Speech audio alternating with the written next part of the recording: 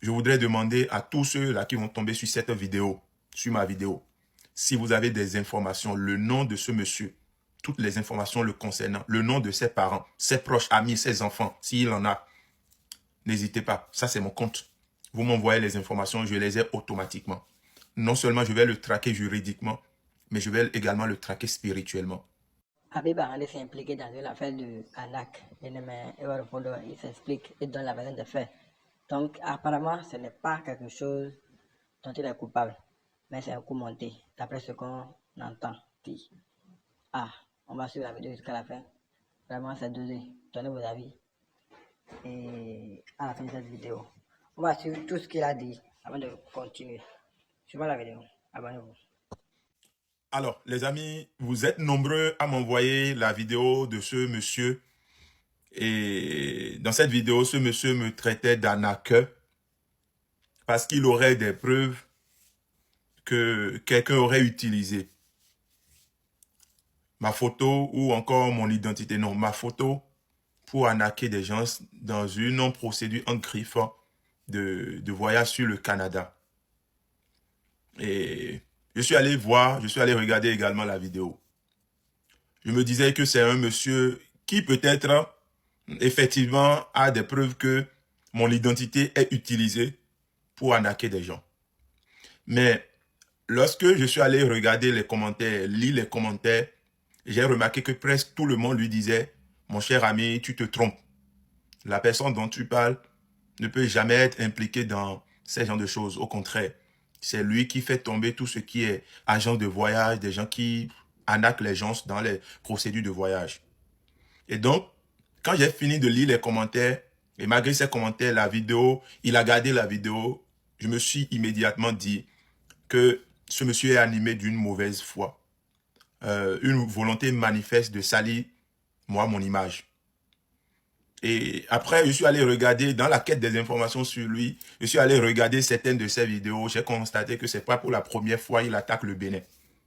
OK? Parce que m'attaquer, c'est attaquer le Bénin. C'est ce qu'il n'a peut-être pas compris.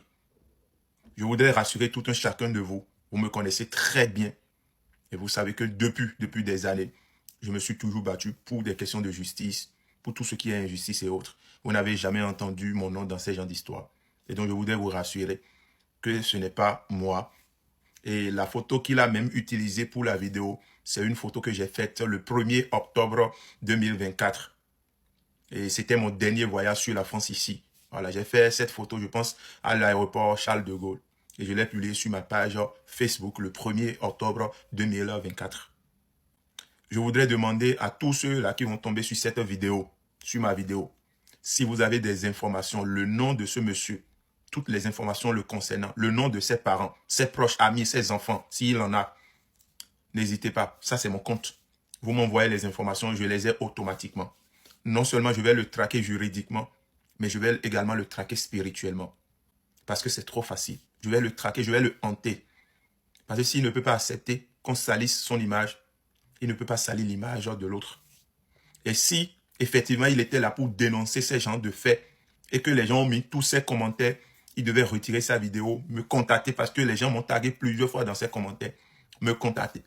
Et ensemble, nous allons mettre sur la place publique toutes les informations concernant cette personne en griffe qui serait en train d'arnaquer des gens. Mais il ne l'a pas fait.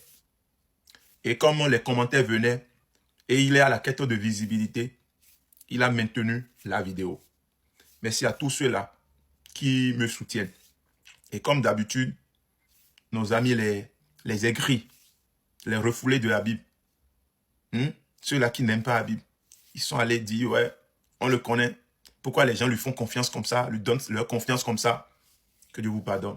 Parce que même si politiquement, nous ne partageons pas les mêmes opinions, même si vous ne partagez pas ma position sur tous les sujets, dans ces genres de situations-là, vous ne pouvez pas aller mettre ce que vous êtes en train de faire. Parce que vous me connaissez très bien. OK? Que Dieu vous pardonne. Vous ne respectez plus rien. Et sachez que nous sommes des humains. Bon, il a appelé. Vous comprenez? Chers amis, la lutte continue. Je suis là et je vous regarde également. Voilà, ciao. Et voilà, vous venez d'écouter, vous venez d'entendre tout ce qu'il a dit. Selon vous, est-ce que Habib Arani serait capable de faire un truc de genre? Est-ce qu'il serait capable de détourner l'argent de quelqu'un, d'arnaquer quelqu'un sur la toile? En tout cas, laissez vos avis en commentaire et surtout, n'hésitez pas à vous abonner. À bientôt.